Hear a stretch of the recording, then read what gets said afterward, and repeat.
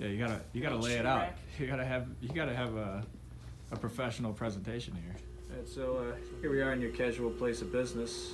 Formerly Modern Tuxedo, Orland Park, 40 hours a week. So how'd you get into music originally? Music, well, growing up, like, especially like on the South Side, a lot of times it was like you had to play sports. You know, football was huge, basketball was huge. I just kind of got sick of it. I think by 7th or 8th grade, I'll be pretty straightforward. I was when you're running laps, I was the last one. As far as like when you're at football and you're doing sprints, I was always the last one. It just wasn't fun for me. There was no rush. There was no drive. So I was like, yeah, I can't take this anymore. So I ended up getting a guitar, I want to say 4th or 5th grade, and I was all bummed out. My dad got me this badass, profanity all right, as long as it's somewhat mild. Okay. He got me like this badass starter pack at the time, but I was all pissed because it wasn't an Xbox. So it was like, what am I going to do with this? Sat in the closet till, I kid you not, 8th grade, or 4 or 5 years, something like that. I ended up saying, you know what, I'm quitting football, and I was like, well, my old man was like, you know, you got to do something. You're not just going to sit around the house playing video games. He's like, I got that guitar in the closet you never bothered picking up. He said, let's get something rolling. He said, if you don't like it within a month, he's like, we'll move on to the next thing. But he's like, you're not just going to sit around doing nothing. So I gave it a whirl, and it was love at first sight. I got relatively good pretty quick.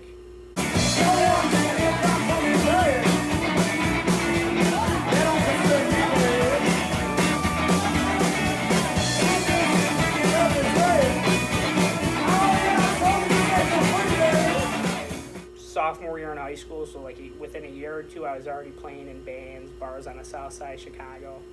And at that point, it was just a rush, you know, so.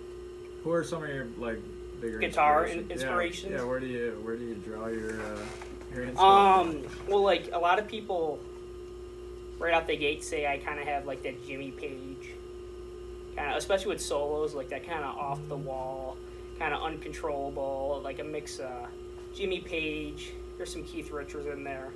But in recent years, I've really been drawn from, like, the true rock and roll guys. You know, you got, like, Johnny Thunder, the Heartbreakers, and New York Dolls. You know, those really unpredictable guys that just are more about putting on a killer show and somewhat talent, but they kill a rock and roll show nonetheless.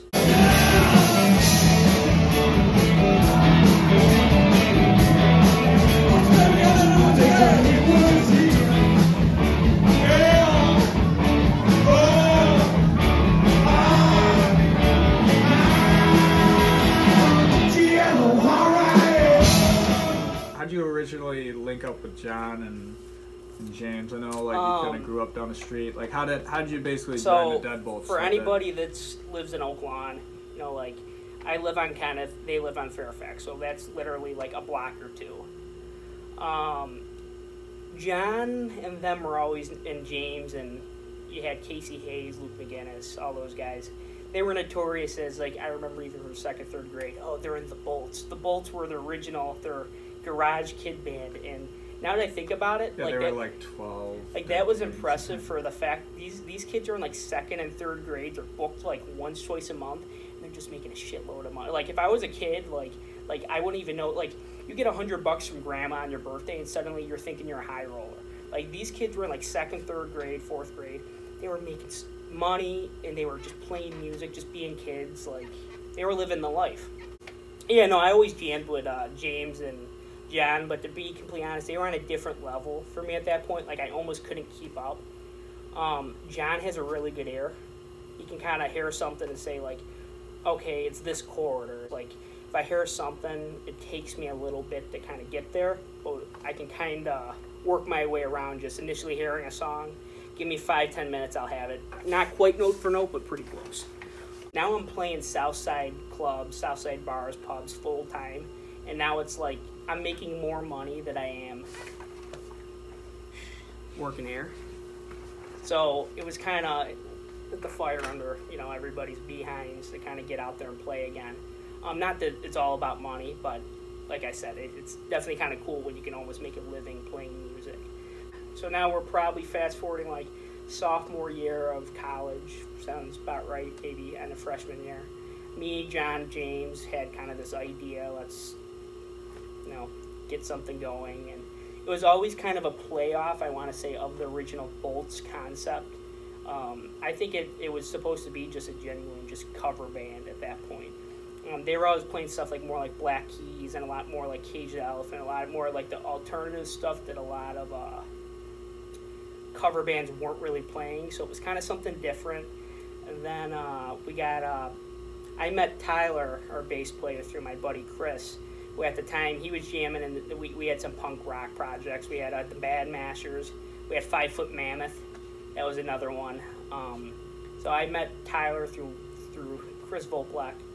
And Tyler was he was into all the psychedelic, weird Pink Floyd stuff, and even he turned me on to, he was one of the guys that got me turned on to the Stooges, Iggy Pop and the Stooges. Whole nother side of music. Oh, look at me, I play 6 strings. Look at me, I don't know how to turn on an amp. The motherfucking shit. Oh.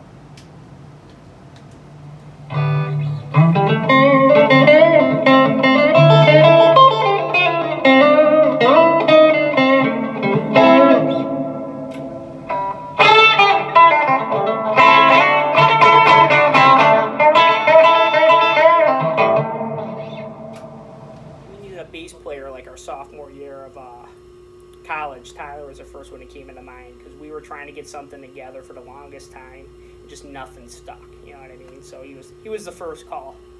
So I mean, we've always been around each other.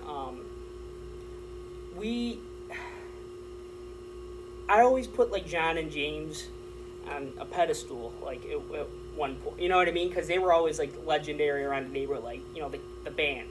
And it wasn't until the last year or so where it's wow, we're on the same page. It took me some time to play catch up. The same level. Yeah, it took me time to play catch up and get to where I needed to be. But I feel it's within the last year or so, everything just connected. You know?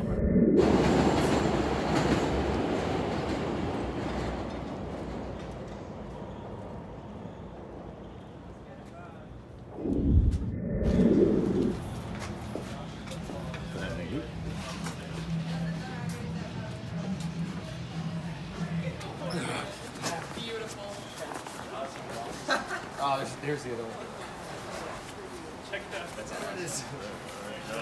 That's just quality teamwork right there. How long is this damn thing? Nice. So, came in at around 5 in the morning. 5:30 actually. Living that rock and roll lifestyle. Yeah, I need a beer. Right now, actually. How was the ride in from Dakota? I flew this time. Oh, this guy flew. Saved some miles. The Dakotas.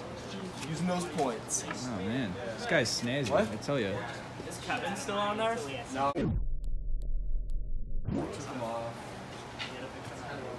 That's a nice pillow, man. Thanks, I found it in my sister's room. Doesn't live with us, though. What's your beer of choice before a gig? Me? Yeah. Yeah, you. I don't know. Oh, you're asking me for the film? Yeah, this is for the film, man. Oh man, anything nice and happy and something alcoholic, preferably. Oh, okay. Okay. Oh, okay.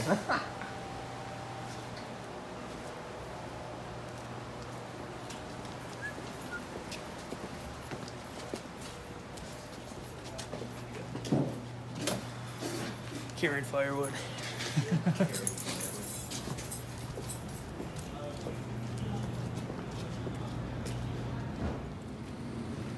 So, how we feeling about the gig today, bud? Going to Polecats later on. That's all that matters.